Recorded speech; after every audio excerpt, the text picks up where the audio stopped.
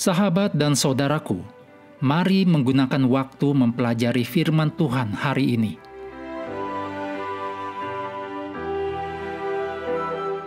Senin 6 Oktober, judulnya Nilai di Tempat-Tempat yang Tak Terduga.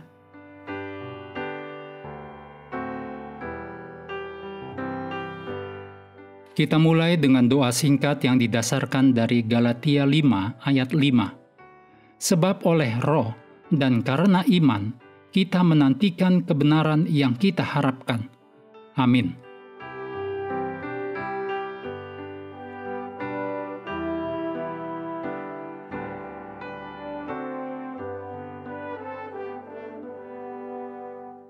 Dalam Yosua 2 ayat 2-11, juga Ibrani 11 ayat 31, serta Yakobus 2 ayat 25. Ayat-ayat ini mengatakan kepada kita tentang Rahab. Inti dari kisah Rahab adalah kebohongan yang dia lakukan untuk melindungi mata-mata itu. Dalam mempertimbangkan kebohongan Rahab, kita harus menyadari bahwa Rahab hidup di tengah-tengah masyarakat yang sangat berdosa, yang pada akhirnya berujung pada keputusan Allah untuk menghakimi masyarakat tersebut. Kejadian 15 ayat 16, Ulangan 9 ayat 5, Imamat 18 ayat 25 sampai 28. Meskipun benar bahwa perjanjian baru memuji iman Rahab, analisis yang cermat terhadap referensi perjanjian baru mengenai tindakan Rahab mengungkapkan bahwa tak seorang pun mendukung segala hal tentang dia, dan tidak ada yang mengesahkan kebohongan Rahab. Ibrani 11 ayat 31 menegaskan iman Rahab yang memihak para pengintai daripada untuk tetap berpegang pada budaya yang korup. Lalu Yakobus 2 ayat 25 memuji tawaran Rahab untuk memberikan penginapan kepada dua mata-mata Israel dan memberikan petunjuk kepada mereka tentang cara kembali melalui rute yang aman.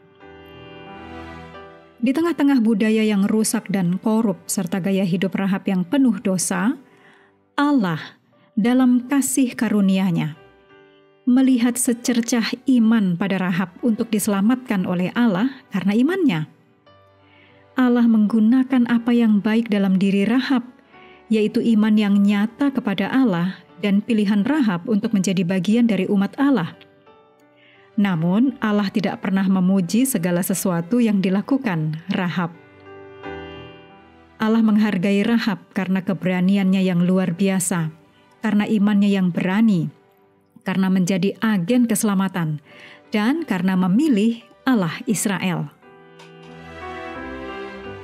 Setelah melihat apa yang terjadi, Rahab menyatakan, Yosua 2 ayat 11, "Sebab Tuhan Allahmu, Dialah Allah yang di langit di atas dan di bumi di bawah."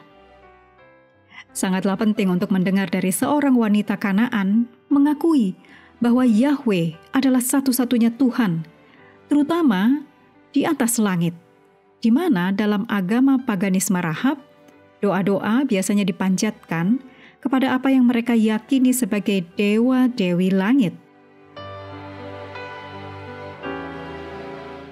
Ungkapan Rahab ditemukan sebelumnya dalam konteks hak eksklusif Allah untuk menerima penyembahan. Dicatat dalam Keluaran 20 ayat 4, Ulangan 4 ayat 39, dan Ulangan 5 ayat 8. Kata-kata Rahab menjadi saksi atas pilihan yang terencana dan penuh pertimbangan untuk mengakui bahwa Allah orang Israel adalah satu-satunya Tuhan yang benar.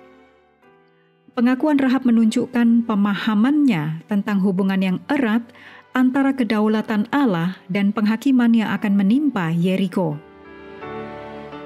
Pilihan moral Rahab menyadari bahwa dalam terang penghakiman Yahweh hanya ada dua kemungkinan, yaitu terus memberontak terhadap Allah dan dimusnahkan, atau memilih untuk berserah dengan iman.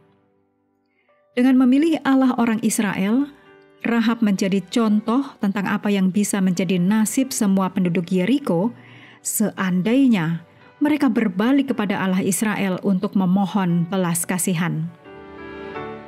Kisah ini mengajarkan kepada kita bahwa Allah harus mendapat kesetiaan tertinggi kita.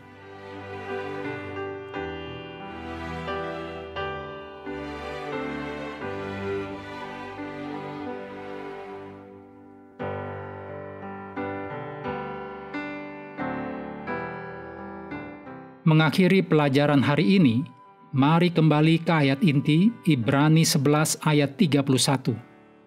Karena iman, maka Rahab, perempuan sundal itu, tidak turut binasa bersama-sama dengan orang-orang durhaka, karena ia telah menyambut pengintai-pengintai itu dengan baik.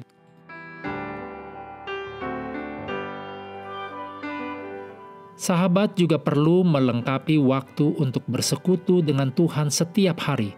Dengan bacaan Alkitab sedunia, percayalah kepada nabi-nabinya yang melanjutkan dari Ulangan pasal 20. Tuhan memberkati kita semua.